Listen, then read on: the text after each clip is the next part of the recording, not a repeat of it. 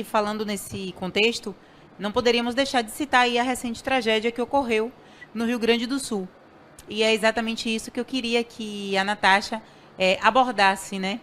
Porque é um assunto, na verdade, as pessoas tratam como desastre ambiental. E não somente se trata de um desastre ambiental.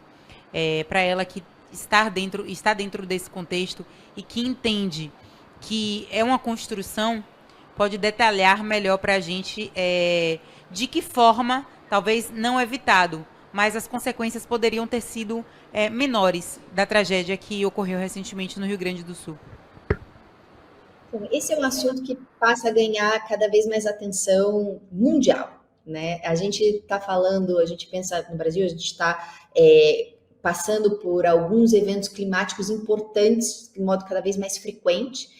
Então não é que, puxa, não é a primeira vez que teve uma enchente no Rio Grande do Sul. Claro que não é. Ninguém está dizendo isso, mas o fato é que a frequência dos desastres climáticos tem aumentado e isso tem feito com que a gente precise parar para pensar o que significa ser mais resiliente na medida em que o prognóstico a gente passe a ter cada vez mais desastres climáticos. E quando a gente fala de resiliência, a gente está falando da nossa capacidade de se reerguer rápido e fazer com que as perdas, e a gente não está falando só de perdas de vidas, porque essas são inestimáveis, né, sob o ponto de vista econômico, mas também as perdas econômicas de um estado, de uma região, não impactem o desenvolvimento como efetivamente impactam. E o que é importante trazer como isso em relação a dados, né? Quando a gente está falando de desastre climático, a gente tem que olhar sob duas perspectivas.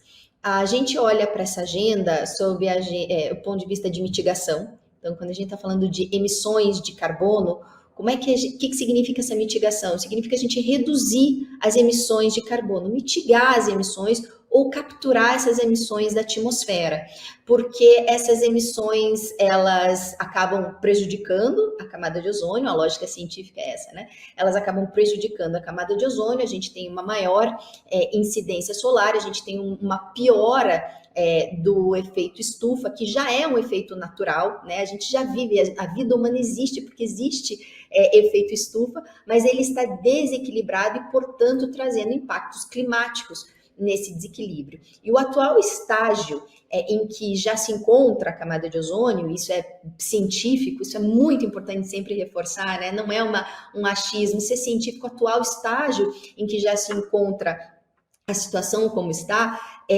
significa dizer que as atuais emissões elas já geram impacto climático. A gente não consegue, ainda que a gente pare hoje de emitir a quantidade que nós emitimos, a gente já vai ter impactos climáticos como efetivamente estamos tendo. Então, além dessa questão da mitigação, a gente passa a ter que trabalhar com a agenda de adaptação climática, ou seja, como é que a gente se adapta a esses eventos extremos que cada vez mais vão passar a acontecer por causa das mudanças climáticas. E aqui entra a situação do Rio Grande do Sul, com um dado bastante importante para trazer a relevância do que significa pensar sobre isso.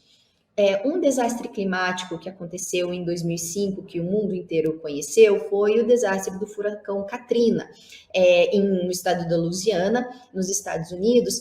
E esse furacão, à época, foi bastante impactante, né, pelo nível de devastação dele.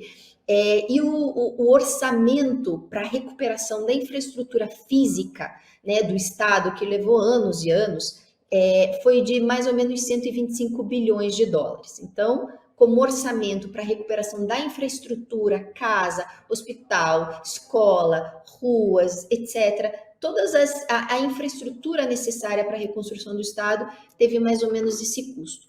No entanto, esse nem de longe foi o maior impacto financeiro, para além, né, das mortes que aconteceram, nem de longe foi o maior impacto financeiro no Estado. O maior impacto financeiro que um evento de desastre climático causa é a pausa, é a interrupção.